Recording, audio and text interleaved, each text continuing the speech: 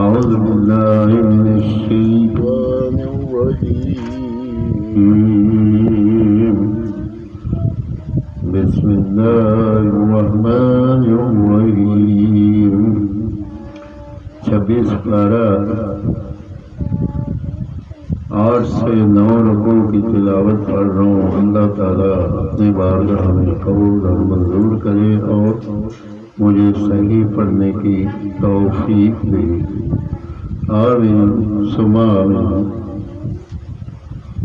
सूरत फतह मदीना, इसमें 29 आयतें और 4 रकू हैं।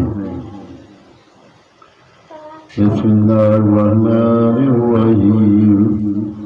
इन्ना फतहना लका फतहन मुबीना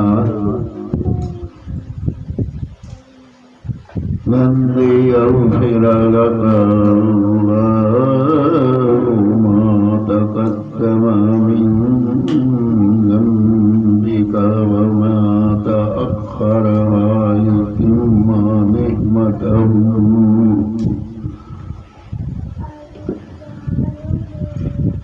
अलैक व यहदियका सिरातन मुस्तक़ीमा व यंसुरका अल्लाहु नस्रन अज़ीज़ा वल्लज़ी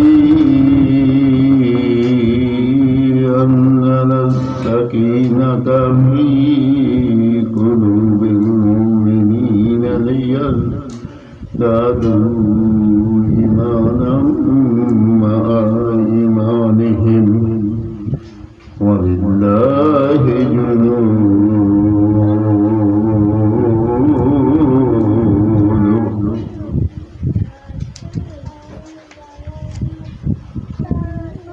वस्समावाति वल अर्दि वकान अल्लाहु अलीमन हकीमा लियुदखिलल मुमिनीन वल मुमिनाति जन्नतिन तजरी मिन तहतिहल अनहारु खालिदीना व युकफ्फिर अन्हुम सय्यिआतिहिम व कान ज़ालिका इंदल्लाहि फौज़न अज़ीमा व युअज़्ज़िबल मुनाफ़िक़ीन वल मुनाफ़िक़ाति वल मुशरिकीन वल मुशरिकाति ज़ान्नीन बिल्लाहि ज़न्नत सौء अलैहिम दाइरतुस सौء व ग़ज़िबल्लाहु अलैहिम व लअनहुम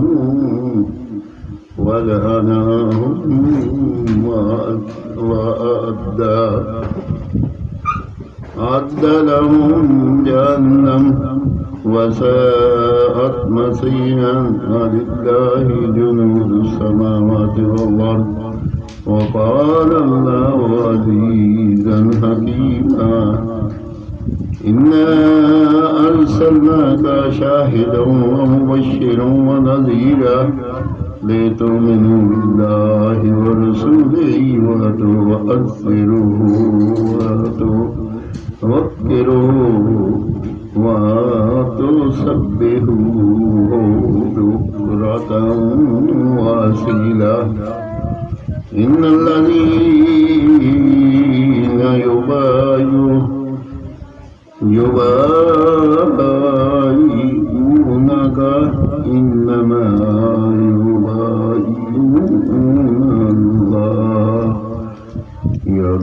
يد الله فوق أيديهم فمن نكث فإنما ينكث على نفسه ومن أوفى بما عاهد عليه الله فسيؤتيه أجرا عظيما